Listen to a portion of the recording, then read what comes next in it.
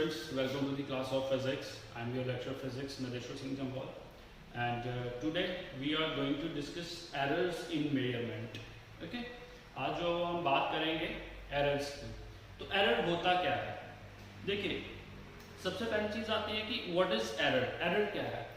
हम कोई भी चीज अगर मेजर करते हैं, ठीक है, चाहे वो लेंथ वाइज है चाहे मास वाइज है, तो जितनी मर्जी एक्यूरेसी से हम उसे मेजर करें, कहीं ना कहीं पे क्या होता है, आपका एक एरर जो है वो जरूर अक्कर होता है। ठीक है, तो सबसे पहली चीज ये है कि कैलकुलेशन जब भी हम करते हैं, ठीक है, अगर फिजिक्स को अगर हमें अच्छे से स्टडी करना है या कोई भी एक्सपेरिमेंट करना है तो हमें कैलकुलेशन जो है वो मस्ट है। और जब हम कोई भी कैलकुलेशन करते हैं, जो ऑब्जर्वेशन करते हैं, तो उसमें जो है वो क्या होता है, एरर जो है वो जरूर अक्कर होता है। चाहे आप जितना मर्जी परफेक्शन से आप किसी चीज को मेजर कर लीजिए, वो आपका एरर जरूर अक्कर होगा। ठीक है, तो इसीलिए आज हम बात करेंगे एरर्स की कि एरर होते क्या हैं। सबसे पहली चीज कि मैं एरर को ही डिफाइन करूंगा कि व्हाट इज एरर। ओके, मैं इसको थोड़ा टेबल की फॉर्म में आपको बताऊंगा एरर क्या होते हैं। देखिए, अगर सपोज मैं एक एग्जांपल लेता हूं कि ये जो व्हाइट बोर्ड है जिस पे मैं लिख रहा हूं, ठीक है, ये सपोज मैं परचेज करने गया और उसने मेरे को बताया कि ये जो बोर्ड है ये लेंथ वाइज जो है वो कितना है। सपोज उसने बताया कि 2 मीटर है। ये जो बोर्ड की लेंथ है टोटल, वो लेंथ कितनी बताई उसने मेरे को, 2 मीटर। ओके, तो ये जो 2 मीटर लेंथ है ये है ट्रू वैल्यू। इसे हम क्या कहते हैं, ट्रू वैल्यू, जो उसने मेरे को बताई कि हाँ जी ये बोर्ड जो आप लेके जा रहे हो ये 2 मीटर लेंथ का है। लेकिन जब मैं घर आया, मैंने क्या किया, इसको खुद मेजर किया। इस बोर्ड को क्या किया, मैंने खुद मेजर किया और लेंथ जो है वो आई मेरे पास 1.8 मीटर। कितनी आई, 1.8 मीटर। तो ये मेरी वैल्यू हो गई measured value.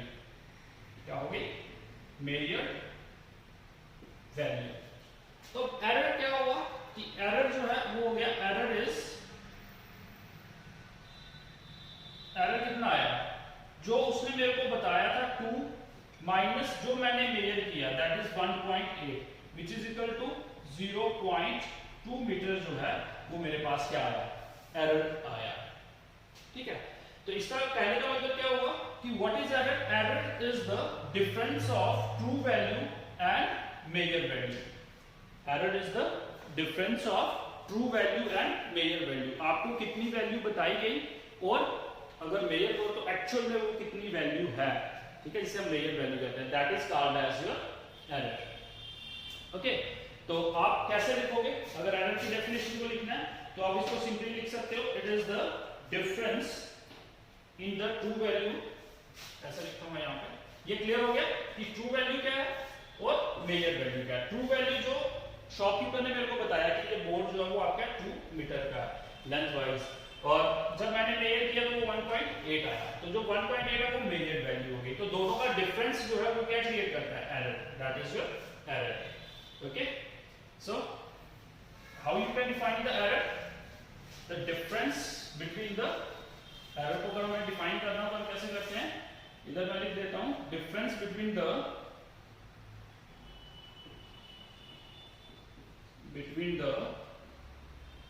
True value and measured value. True value और मेजर्ड वैल्यू का जो डिफरेंस है वो आपके पास क्या कहलाता है, एरर कहलाता है। अब बेटा एरर जो है वो फर्दर हमारे पास 3 टाइप का होता है। एरर जो है वो कितने टाइप के हैं, 3 टाइप। तो चलिए मैं टेबल की फॉर्म में आपको ये बता देता हूं।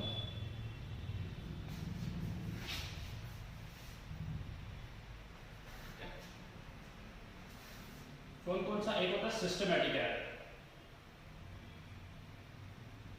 Systematic error. दूसरी टाइप होती है रैंडम एरर, रैंडम एरर। और तीसरी होती है ग्रॉस एरर। ओके बेटा, हमारे पास क्या कौन सा error, systematic error, random error and gross error. Okay, तो सबसे पहले हम बात करेंगे सिस्टमेटिक एरर की। ठीक है बेटा, जो सिस्टमेटिक एरर होता है ना, सिस्टमेटिक एरर का जो कॉज है, मतलब किसके कारण एरर आ रहा है, ठीक है, वो हमें पता होता है। हो सकता है कि जो इंस्ट्रूमेंट हम यूज कर रहे हैं किसी भी चीज को मेजर करने के लिए, जहाँ सपोज लेंथ को मेजर करने के लिए अगर हम कोई भी इंची टेप वगैरह यूज कर रहे हैं, ठीक है, वो उसमें कोई एरर हो, या फिर वेट के लिए जो वेइंग मशीन यूज कर रहे हैं हो सकता है उसमें एरर हो। तो कहने का मतलब ये है कि जो सिस्टमेटिक एरर होता है ना, उसका कॉज जो है वो हमारे लिए क्या होता है, नाउन होता है। ओके, तो अगर आपने इसको डिफाइन करना हो तो सिस्टमेटिक एरर को आप सिंपल तरीके से लिख सकते हो, in systematic error cause is known. इसमें जो कॉज होता है, in systematic error causes of error is are known, causes are known। इसमें जो है वो हम कॉज के बारे में जानते हैं। देखिए वो कॉज क्या होता है, हो सकता है कि इंस्ट्रूमेंट खराब हो, ठीक है, जहाँ इंस्ट्रूमेंट जो लाया गया उसको बनाने में, मैन्युफैक्चरिंग में ही क्या हुआ है, वहाँ पे उसमें डिफेक्ट है। हो सकता है कि जो कोई मेजर कर रहा है वो उसको मेजर करने का उसको एक्सपीरियंस ना हो, ठीक है। हो सकता है कि वो जो मेजर कर रहा है उसको थोड़ा केयरलेस हो, वो उसको सही ढंग से मेजर ना कर रहा हो, तो वो सारी चीज़ें रिमूव हो सकती हैं। अगर इंस्ट्रूमेंट खराब है तो इंस्ट्रूमेंट को हम ठीक कर सकते हैं, ठीक है। अगर कोई एक्सटर्नल कॉज भी हो सकता है, जैसे आपने देखा है कि 10th में आपने ओम्स लॉ पढ़ा था, तो ओम्स लॉ में बताया गया था कि पोटेंशियल डिफरेंस जो डायरेक्टली प्रोपोर्शनल टू करंट होता है, बट कंडीशन क्या थी, एट कांस्टेंट टेम्परेचर, ठीक है, तो टेम्परेचर कांस्टेंट होना चाहिए। तो अगर टेम्परेचर वेरी कर रहा होगा तो आपको जो V is directly proportional to I नहीं मिलेगा। तो मतलब वो जो V is directly proportional to I वाला जो ओम्स लॉ का जो रिजल्ट है वो फेवरेबल नहीं होगा। तो वही चीज यहाँ पे भी है कि हो सकता है कि कोई एक्सटर्नल कंडीशन जो है वो इफेक्ट कर रही हो। तो कहने का मतलब ये है कि जो सिस्टमेटिक एरर होता है उसमें हमें कॉज जो है वो नाउन होता है। ओके, तो फर्दर जो सिस्टमेटिक एरर है वो बेटा दो टाइप में डिवाइड है। सिस्टमेटिक एरर जो है वो क्या है, दो टाइप में डिवाइड है। तो मैं सॉरी नॉट दो, तीन टाइप, चार टाइप में डिवाइड है systematic error. Systematic error is divided into 4 types, 1, 2, 3 and 4. First is your personal error, sorry instrumental error। क्या आपके पास instrumental error, okay.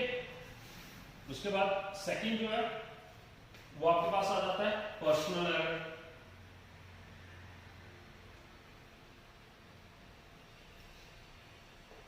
Okay, then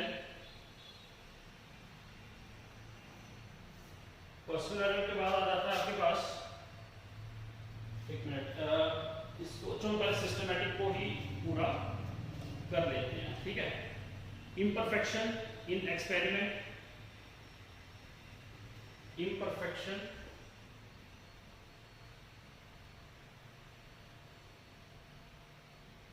in experiment, और फोर्थ जो है वो आ जाता है एक्सटर्नल कॉज,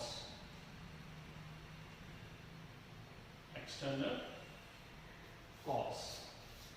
ओके, देखिए सिस्टमेटिक एरर में हमारे पास चार तरीके के जो सिस्टमेटिक एरर फिर से फर्दर डिवाइड हो गया चार जो है एरर्स में, instrumental error, personal error, imperfection in experiment and external cause.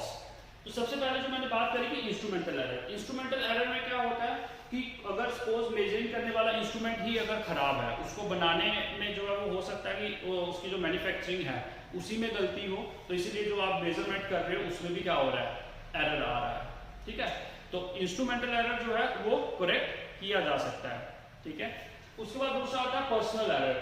Personal error में ये होता है कि जो ऑब्जर्वर है, जो उसको एक्सपेरिमेंट कर रहा है या किसी चीज को मेजर कर रहा है, ठीक है, वो पर्सनली एरर कर रहा हो, मतलब उसको जो जानबूझ के, हो सकता है वो केयरलेसनेस हो, ठीक है, हो सकता है कि उसको जो सही चीज मतलब जो है वो पता ना चल रही हो, वो उसके रिलेटेड ज्यादा नॉलेज ना रखता हो किसी भी इंस्ट्रूमेंट के रिलेटेड, तो वो क्या करेगा, वो हमारे पास किस में आ जाएगा, पर्सनल एरर में आ जाएगा। इम्परफेक्शन इन एक्सपेरिमेंट मतलब कि जो मेजर कर रहा है वो उस एक्सपेरिमेंट के लिए परफेक्ट नहीं है, उसको वो चीज काम करना नहीं आता, उसको वो चीज मेजर करना नहीं आती है। ठीक है, जैसे सपोज आपको मैंने ओम्स लॉ का एक्सपेरिमेंट दिया, तो अगर आपको सर्किट जोड़ना नहीं आता है, ठीक है, तो आप सर्किट को क्या करोगे, गलत जोड़ोगे। तो सर्किट अगर गलत जुड़ेगा तो ऑब्वियस है एरर जो है वो क्रिएट होगा। तो इम्परफेक्शन इन एक्सपेरिमेंट का मतलब हो गया कि कोई भी ऐसा पर्सन जो उस काम में इम्परफेक्ट हो और वो मेजरमेंट कर रहा हो, जब वो कैलकुलेशन कर रहा हो, जब वो एक्सपेरिमेंट कर रहा हो, तो वो आपके पास किस में आएगा, इम्परफेक्शन इन एक्सपेरिमेंट।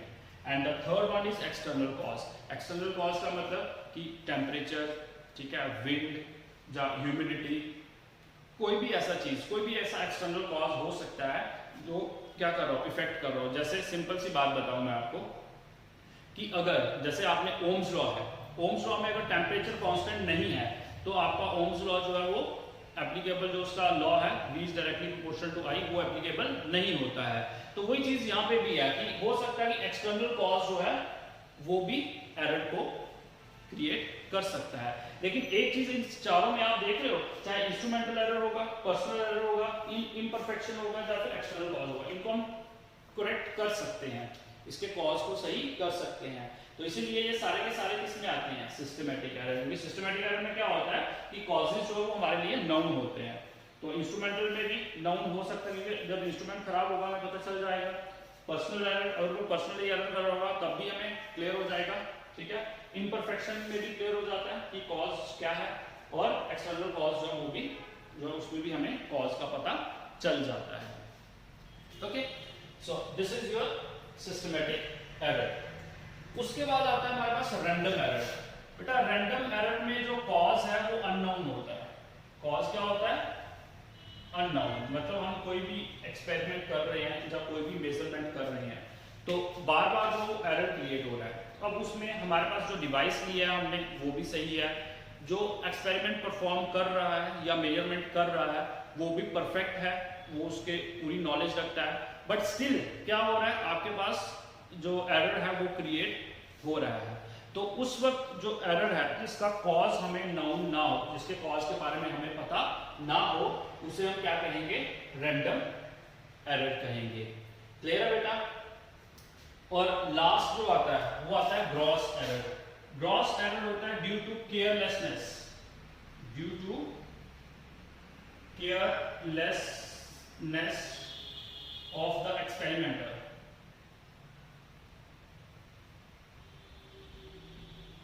जो एक्सपेरिमेंट कर रहा होता है उसकी केयरलेसनेस की वजह से। जैसे सपोज अगर मैं ओम्स लॉ के सर्किट को जोड़ रहा हूँ, हालांकि मेरे को आता है उसको जोड़ना, लेकिन मैं केयरलेस हूँ, मैंने ज़्यादा उसको सर्किट जो है वो ज़्यादा टाइट नहीं जोड़े, क्योंकि जब भी हम क्या करते हैं इलेक्ट्रॉनिक सर्किट को जोड़ते हैं तो वो टाइट होने चाहिए। तो मैं केयरलेस से कर रहा हूँ, मैंने सर्किट जो वो ज़्यादा टाइट नहीं जोड़े हुए हैं। ठीक है, और हो सकता है कि सर्किट को मैं कहीं उल्टा लगा रहा हूँ, तो वो किसके कारण है, मेरी केयरलेसनेस के कारण। ठीक है, तो वो जो किसी एक किसी पर्सन की केयरलेसनेस के कारण जो भी एरर क्रिएट होता है, उस एरर को हम क्या कहते हैं, ग्रॉस एरर कहते हैं। क्लियर है बेटा। हालांकि हमने जो एरर्स हैं इनको पूरा डिटेल में पढ़ना है, आगे जो वो कैलकुलेशन हम एरर्स की जो वो भी करेंगे, कॉम्बिनेशन ऑफ एरर्स भी डिस्कस करेंगे। लेकिन आज के लेक्चर में हमने सिर्फ यही चीज जो है वो डिस्कस करनी थी, जो बेसिक एरर्स थे वो ये थे। तो एरर का आपको कंप्लीट पता चल गया कि एरर क्या होता है। सबसे पहले एरर जो है वो difference between the true value and the measured value. After that error जो फर्दर 3 टाइप में डिवाइड है, systematic error, random error and gross error. बेटा सिस्टमैटिक एरर्स जो है उनके कॉज के बारे में हमें पता होता है। अब फर्दर जो है वो सिस्टमैटिक एरर 4 में डिवाइड है, इंस्ट्रूमेंटल, पर्सनल, इम्परफेक्शन और एक्सटर्नल। इंस्ट्रूमेंटल में हो सकता है इंस्ट्रूमेंट जो जिससे मेजर कर रहे हो वो गलत है, मतलब उसमें जो मैन्युफैक्चरिंग है वही गलत है, वो भी हमें पता चल जाता है। पर्सनल एरर जो है वो खुद, जैसे सपोज कोई एक पर्सन है, वो उसकी साइटनेस जो वो कम है, उसको कम दिखाई देता है, बट स्टिल वो परफॉर्म कर रहा है, तो वो कहीं ना कहीं पे क्या करेगा, गलती करेगा और एरर जो है वो क्या होगा, क्रिएट होगा। तो वो किस में आ जाता है, पर्सनल एरर में आ जाएगा।